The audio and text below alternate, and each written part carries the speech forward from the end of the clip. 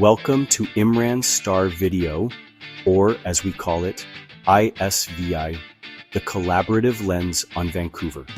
Unfiltered, unscripted, and powered by community. We're not just a voice behind the mic. We're a collective of creators, thinkers, storytellers, and city lovers coming together to spotlight the people, places, and energy that make Vancouver what it is. From coast mountain skylines to neon-lit back streets, we're covering everything from downtown buzz to the untold stories shaping our scene. You'll find us exclusively on YouTube, no algorithms, no filters, just real talk. For behind the scenes, updates, and chaotic brilliance in real time, follow us on TikTok and Instagram. So hit subscribe, drop a comment, and help us grow. From 100 to 10,000 and beyond. Because this isn't just our platform, it's yours too. Turn it up. Get into it. Let's talk Vancouver. This is ISVi. In a city where housing costs are sky high, some Vancouverites are folding themselves into the system literally. Welcome to minimalist living in Microlofts and Laneway homes. On Instagram, it's all clean lines and inner peace. In reality, your kitchen, desk, and bed are in a complicated relationship. Is it a minimalist choice or a financial necessity because rent is a criminal act? We're diving into the lifestyle, the logistics, and the slightly unhinged energy it takes to thrive in a space the size of a dorm room. If your apartment feels like a glorified shoebox, you might be in a microloft. It's the Tinder date of apartments, small and overpromising, often 200 to 350 square feet, where your bedroom and existential dread coexist. Meanwhile, a laneway home is a mini house in a backyard, meaning you're renting what used to be a Honda Civic's bedroom. Both are seen as chic, sustainable options for city living. But really, they're architectural proof that in Vancouver, survival has been rebranded as style. Small space, big rent, and a bedroom that might just be a pull-out drawer. Let's get one thing straight. Minimalism sounds great until you realize it's just a fancy word for I can't afford furniture. Here in Vancouver, minimalist living isn't a lifestyle choice, it's a survival mechanism.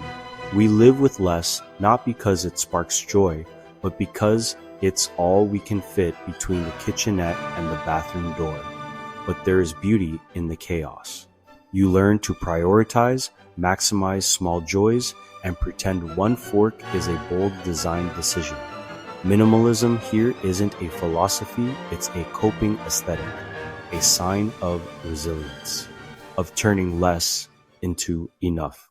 Welcome to Shoebox living, where every square inch counts. From the outside, it's urban chic. Inside, a chaotic ballet of spatial negotiation. Your bed, desk, and couch are the same piece of furniture, rebranded for the time of day. Privacy is a myth. Guests don't just visit, they witness. But you become a master of minimalism. And hey, cleaning your entire home now takes 8 minutes. You learn that space is a mindset. Laneway homes are Vancouver's polite way of saying, we ran out of land, so here's a house behind a house. Built where a garage once stood, they're touted as a solution to the housing crisis. The marketing makes them look adorable, but the reality is you're still paying condo-level rent to live beside someone's recycling bins. Still, you get your own entrance and a cleverly laid-out interior. In a city where a regular 2-bedroom costs more than emotional stability, a backyard bungalow might be the closest thing to a starter home. Ah, yes, the part where we pretend our micro-living is a noble act of sustainability, not a side effect of the Vancouver housing market. You're accidentally sustainable, using less energy, biking more. The city loves this narrative, calling it a carbon reduction initiative. But let's talk economics. These homes are affordable relative to a mansion, but we're still talking $2,200 plus for something with a Murphy bed. Often, Your rent is just funding someone else's backyard wine bag. So yes, you're living light. But sometimes, sustainability just looks like surviving in a glorified yoga mat with a roof. So, who's really living the micro life? Who's paying a fortune for an adult-sized shoebox with plumbing? It's young professionals, students, and digital nomads in studios where the concept is mostly just my bed is also my life. It's retirees in backyard laneway homes and eco-conscious millennials who chose this life for sustainability. But mostly, it's regular folks just trying to survive, turning to microlofts, not because they're trendy, but because they're available. So who's living this way? The broke, the brave, and the burnt out. Small space living isn't just a trend, it's the new normal, dressed up in reclaimed wood and desperation. So, is it worth it? Does less space mean more meaning, or just creative ways to stack storage bins? The truth is, living small in Vancouver is a survival strategy. Some days you'll feel enlightened. Other days you'll curse living in a chic broom closet with Wi-Fi. But it forces a redefinition of home. It's about functionality, creativity, and learning to thrive, not just survive. You may be living small, but you are thriving loud.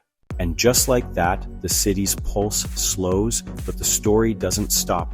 You've been watching ISVi IMRAN STAR video where voices come together and the city speaks back. We're a crew, not a single face, a movement, not a moment. And every episode that's built with you, for you, by all of us. From the seawall to the skyline, from underground voices to rooftop vibes, we're telling the stories that don't make the news, but make the neighborhood. If this episode hit, pass it on. Subscribe on YouTube, follow us on TikTok and Instagram. Drop a comment and tell us what your Vancouver sounds like.